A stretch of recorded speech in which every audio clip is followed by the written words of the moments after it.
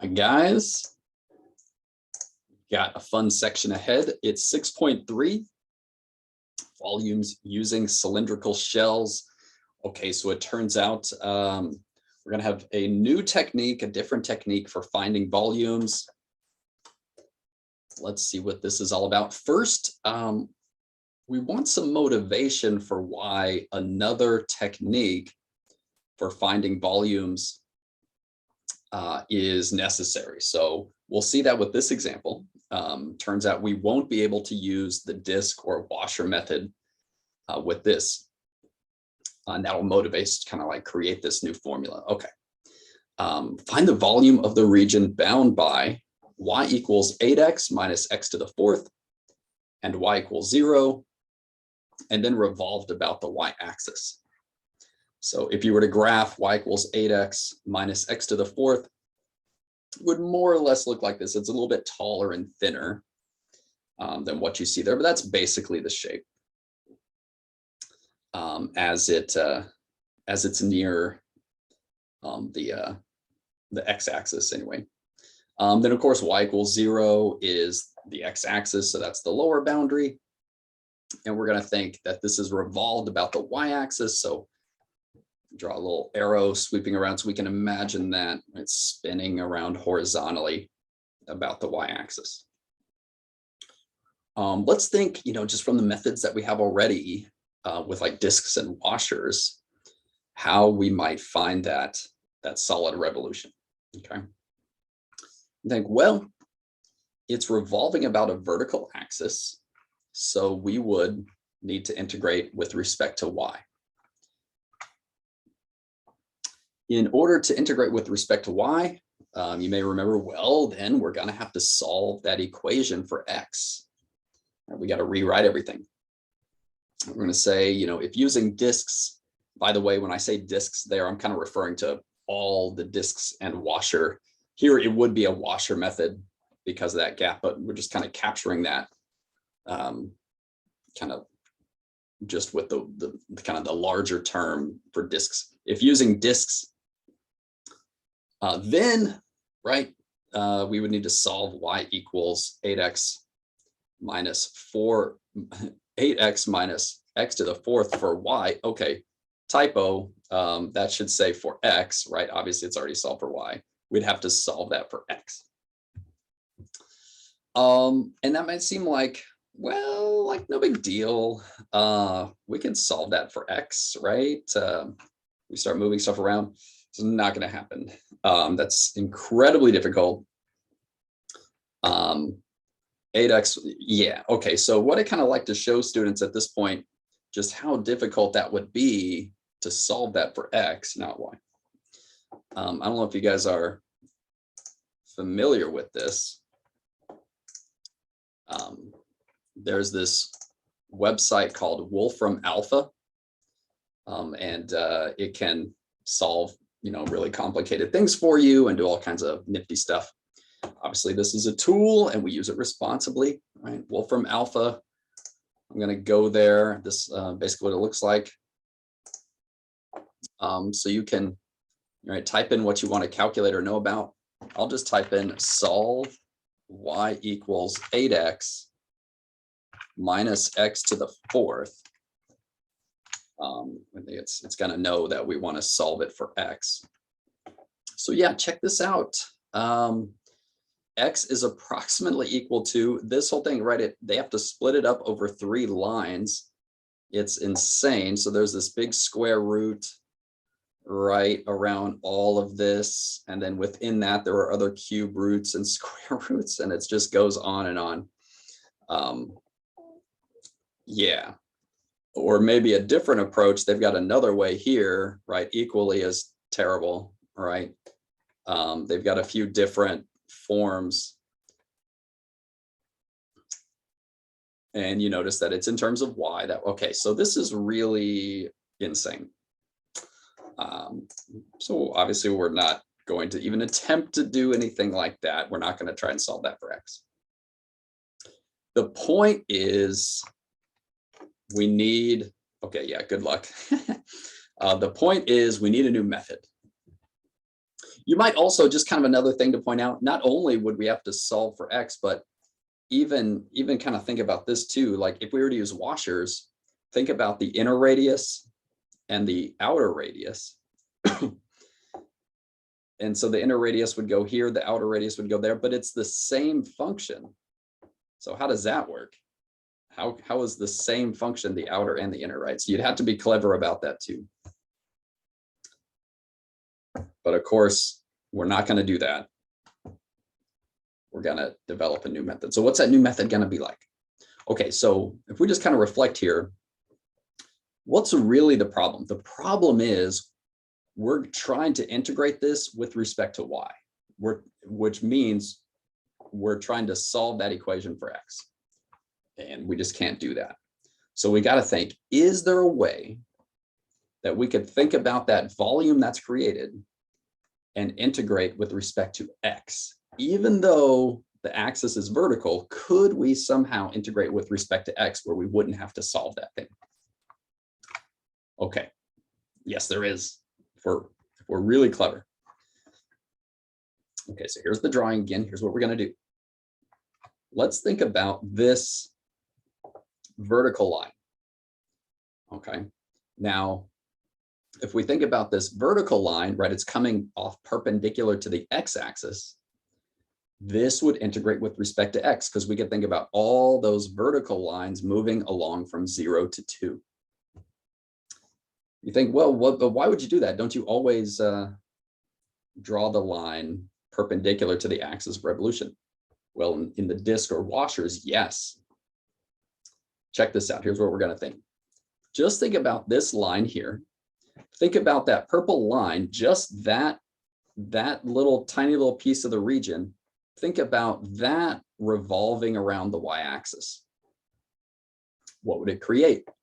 Just that little line spinning around. It would create a cylinder. Now the cylinder is hollow, right? It's just that outside, it's just that line that's spinning, nothing else. But it would create like a thin little shell. If we can figure out the area for that shell,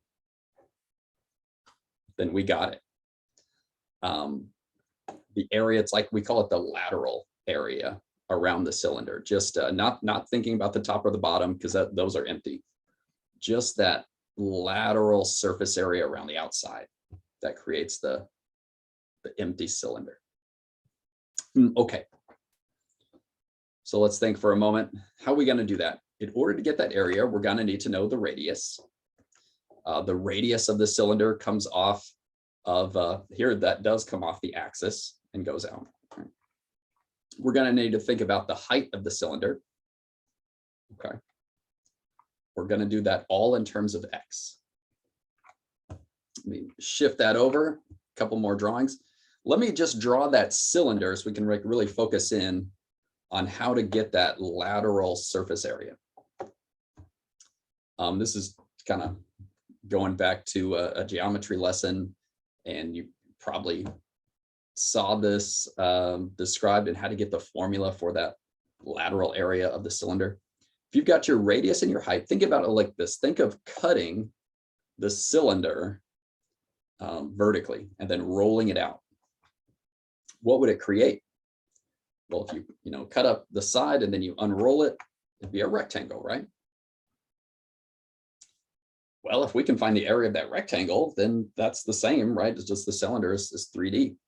So what are the base and the height? Well, the height is obviously the same height as the cylinder was. What is the base of this rectangle? Where did that come from on the cylinder? That was the distance around the circle, right? Made that when it unrolled. It's the circumference. What is the formula for the circumference of a circle? You might remember it's 2 pi r. You don't remember? Well, there it is anyway. Okay, no problem. The area of that rectangle, 2 pi r times h. That's what we're looking for. That's the lateral area of our cylinder. Now, the thing is, the radius and the height, they're not just fixed numbers, they're going to change. They're going to be functions of x. Depending on where we take our x value, that's going to change the radius and that's going to change the height. So we want to think of those as functions, r of x and h of x. But as far as the new formula we're going to get for the volume, remember it was v equals the integral from a to b of the area, cross-sectional area, times dx. That's what we've got here. So volume equals the integral from a to b, 2 pi r of x, h of x dx. And just to make this look a tiny bit simpler, we notice that 2 pi is constant, so we can move that out front, and that looks just a little bit better. So there you go. There's our new method for cylindrical shells to find the volume. This way, we're essentially breaking it down to 2 pi RH, 2 pi times the integral from a to b, r of x, h of x dx. And what we need to do in any problem is find the radius in terms of x, find the height in terms of x, multiply those two things, boom, we got it. Look how clever that is, right? So at every single value of x, at all the infinitely many values of x, we're finding the area of the cylinder that's created when we spin it around the y-axis. And each of those cylinders have an infinitesimal little width represented by the dx. So we got that area with this tiny little width, so it creates an infinitely thin little cylindrical shell, which has a volume. We're adding up all of those shells to create our three-dimensional solid. Okay, gonna do a bunch of examples here. Let's look at part A here. We're gonna do that. I guess I should read it. Find the volume of the solid formed by the region and revolved about the axis by cylindrical shells. Okay, so in part A, we're going to look at y equals 8x minus x to the fourth and y equals 0 about the y-axis, the same one that stumped us early on. Let's check it out. It stumped us with the discs, but we can get it with shells. Okay, there it is. I would recommend start by sketching. So 8x minus x to the fourth, right? It comes up and it kind of does that sort of thing. Okay, and y equals 0 right there. So here's our region.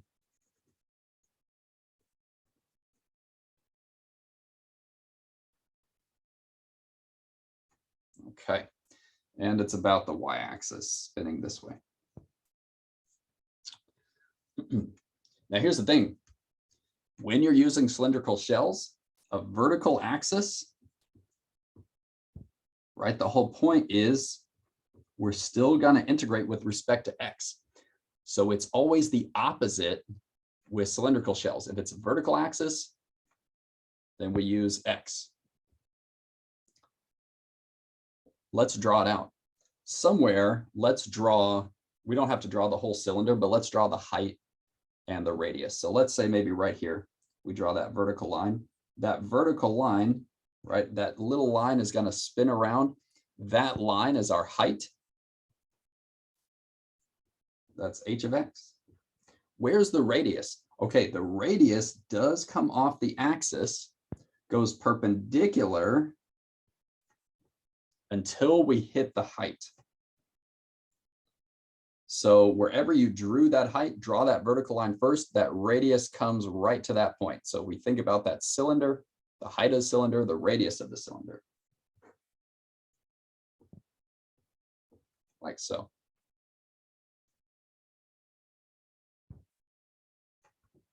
Forgot to mention that that's a 2. Okay. So let's see here. What are those functions? It turns out usually the height is easier to figure out. What's the height of our cylinder? Well, notice it goes from the x-axis up to the function. So it's simply 8x minus x to the fourth. Wherever my x value is, how tall is the cylinder? Well, just plug that x value in to get the height, right? How about r of x? This is interesting. How far of a distance is that? What I like to say is it's so simple, it's confusing, which happens all the time in math. Like, well, how far would that be, right? And it's got to be in terms of x, right? So we're thinking, you know, of this point here, maybe up there as being just at the point xy, right? So the height of that point is y, but y equals 8x minus x to the fourth. But how, you know, where's that horizontal distance? Well, that's the x. And it's supposed to be in terms of x, so r of x is simply equal to x. Whatever x value you're looking at, well, that same number is the distance from the axis here.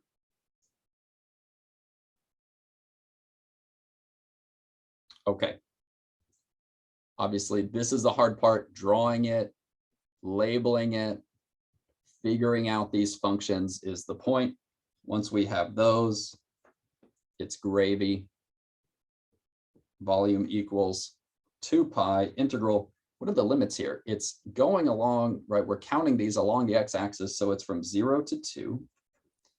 And then we go r of x times h of x. And it's all set up right there. 2 pi rh. Okay, let's go for it. 2 pi, 0 to 2. Let's simplify 8x squared minus x to the fifth. Volume equals 2 pi. That's going to be 8 over 3 x to the third minus 1/6 x to the sixth from 0 to 2. 2 pi 8 over 3 times 2 cubed minus 1/6 times 2 to the sixth minus plugging in 0 gives us 0.